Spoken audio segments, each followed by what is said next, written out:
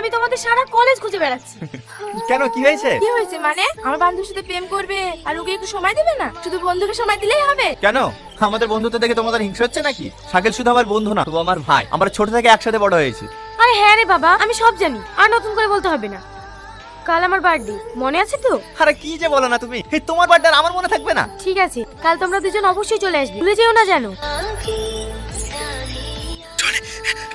তুই তাড়াতাড়ি আয় ভাই, আমাকে বাঁচা। এই শাকিল, তুই কি হয়েছে রে?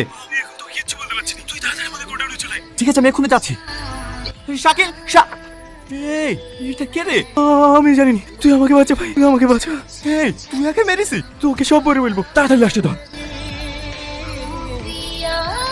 ব্রেকিং নিউজ, এই মুহূর্তে চাঞ্চল্যকর খবর। এমএলএর একমাত্র ছেলের দেহ উদ্ধার নদীর ধার থেকে। পুলিশ চিরুনি তল্লাশি করছে খুনির।